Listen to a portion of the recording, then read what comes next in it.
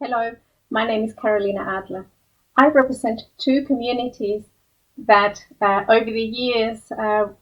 had the opportunity to engage and support the objectives of the Sustainable Summits Conference. Unfortunately, this year, through the COVID-19 pandemic, we were not able to meet together as planned. Nevertheless, we look forward to the opportunity to be able to be part of such an engagement and exchange in a future opportunity. So these two communities I refer to are, on the one hand, the mountain research community, whom I represent through the Mountain Research Initiative, which is a global research coordination network which galvanizes and brings together thousands of individual researchers who engage in global change research in mountain regions, and who not only through their studies and their research have been documenting the many changes that we are now seeing in the mountain environment, but also increasingly more so the options and solutions that are available to be able to address some of these impacts and opportunities to support communities on the ground to thrive under these changing circumstances. So one of those key opportunities that we've had in recent years to contribute concretely with our research has been through the Intergovernmental Panel on Climate Change, who, through their global assessments, support the decisions that negotiators and policymakers engage with under the United Framework Convention on Climate Change. One of the most recent examples of such a global assessment report was published after the panel approval of the special report on the ocean and cryosphere in a changing climate, or SROCK for short.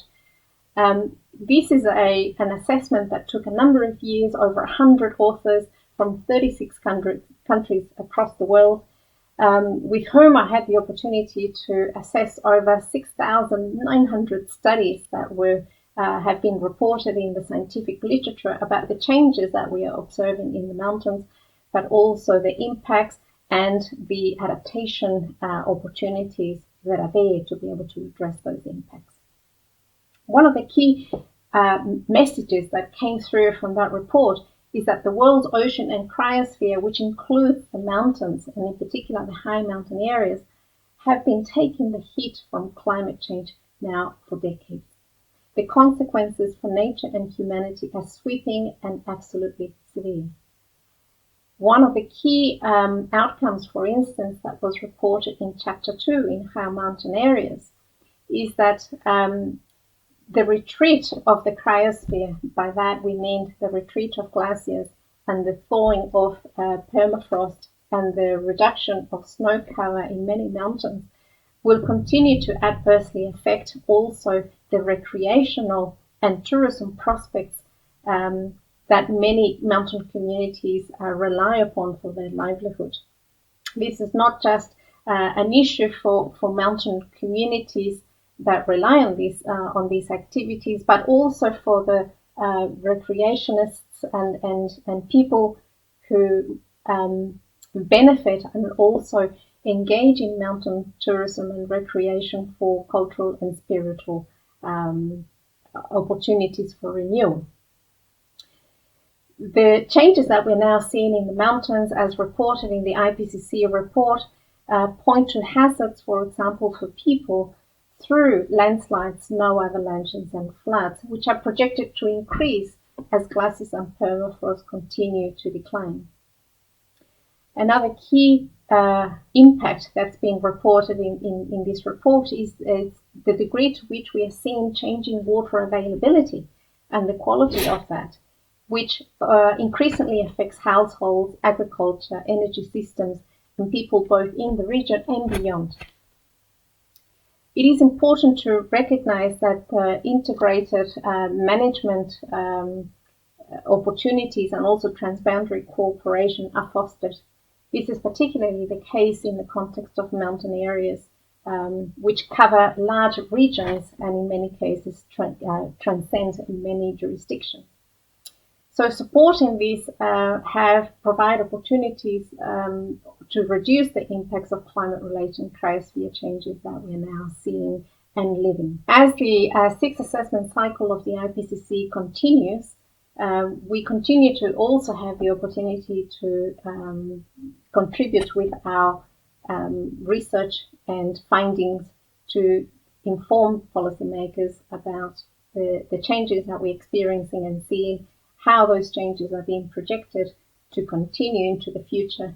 And absolutely what's important is to underscore the need for adaptation and mitigation measures, which also need to be evaluated and assessed to determine just how effective they are in being able to address the impacts that we are now seeing. The other community that I have the pleasure to be able to represent and be engaged with is, of course, the International Climbing and Mountaineering Federation, or UIAA, as it's known in its French acronyms. The UIAA has been around for many, many years, and it brings together the many federations and associations that themselves have many members engaged in climbing and mountaineering all over the world. The UIAA also has a number of commissions who are there to support the members with information and facts, and also bring together the many issues that are important and relevant for the members all over the world. One of those commissions is the Mountain Protection Commission, and this is the commission that I've had the opportunity to engage with over the years, most recently also supporting that work by taking up the role of its president. Now, the Mountain Protection Commission has a number of projects as well that are designed to be able to support not only support and promote the practice of climbing and mountaineering worldwide, but also to do it responsibly and to do it with a certain degree of consideration for the impacts that those activities have, not just for the natural environment that we treasure so much, but also for the communities that rely on tourists and recreation visitors for their livelihood. And we need to also recognize the role that we play, not only in demonstrating the benefits of behaving responsibly with the environment, but also just as equally important with the communities with whom we gain so much as well.